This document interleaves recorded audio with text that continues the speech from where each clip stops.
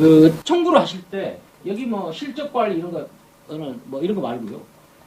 단위 과제 카드 표제부를 달라. 이미지를 달라.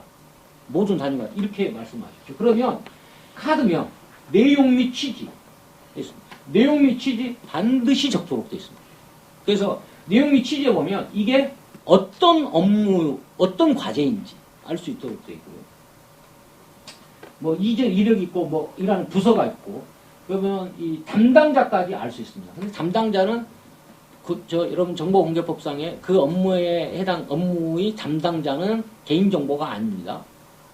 반드시 줘야 되는 정보죠. 알 수 있고 내부 정보에는 이건 없을 수도 있는데 또 하나 중요한 게 뭐냐면 여기 보시면 분류체계, 연결과제 이런 걸 알 수가 있는. 그러니까 여기 이제 이게 이제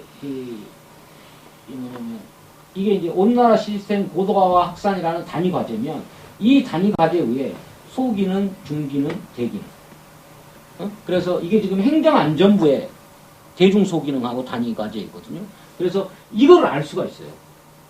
어떤 업무 체계에서 이 과제가 나온지를 알 수가 있고, 그리고 이제 이건 만약에, 예를 들어서 행정안전부가 중점적으로 관리하는 과제다. 그러면 관리과제 체제에서 여러 가지 이제 어떤 것들이 관리하는 과제인지 이런 걸 알 수가 있는 것이죠.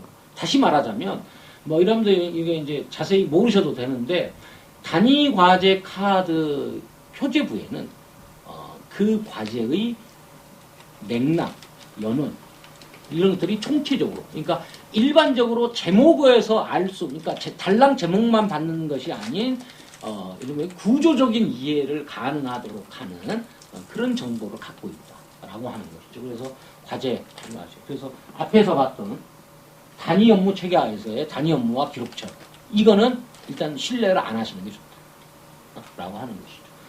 근본적으로 목록은 공공기관에서 주는 목록은 일단 다 사기다 이렇게 생각하셔도 됩니다.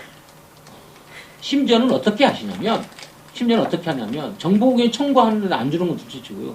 국회의원이 목록 요청하잖아요. 국정감사 전에 목록 요청하잖아요. 그러면 국회의원이 자료 제출을 요구하면 청구를 딱 받습니다. 자료 제출 요구를 받으면 어떻게 하냐면 그 관리하는 담당자가 각 부서의 목록을 다 뿌립니다. 뿌려가지고 주지 말아야 될 목록을 체크를 합니다. 그러면 이것을 이제 국회 상대하는 직원한테 다시 보냅니다. 그러면 체크한 목록은 빼고 줍니다. 그렇게 하지 않는 기관이 우리나라에 없습니다. 그러면 국회의원이나 국회의원 보좌관이 그걸 모르냐? 압니다. 알아도 그렇게 합니다. 뭐 일종의 국회의원실에서는 공공기관 똥개 훈련시키듯 그렇게 하는 것도 이 작업이 쉽지가 않거든요, 사실. 괴롭거든요. 또 하나 있고, 두 번째 뭐냐면 목록을 숨기는데 한계가 있습니다. 어떻게 한계가 있느냐?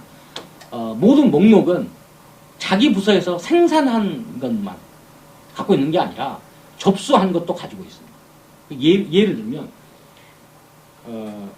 우리 부서에 막 뿌려가지고 목록을 조금 정리해달라. 비공개할 때 정리해달라. 그러면 자기 부서에서 생산한 것만 체크합니다. 왜? 접수한 것은 이게 비공개인지 아닌지 몰라요. 부서에 모를 거 아닙니까? 그러니까 생산한 것만 체크해요. 모든 부서가 다 생산한 것만 체크합니다. 그러니까 접수한 거는 체크가 안 될 가능성이 매우 높아요.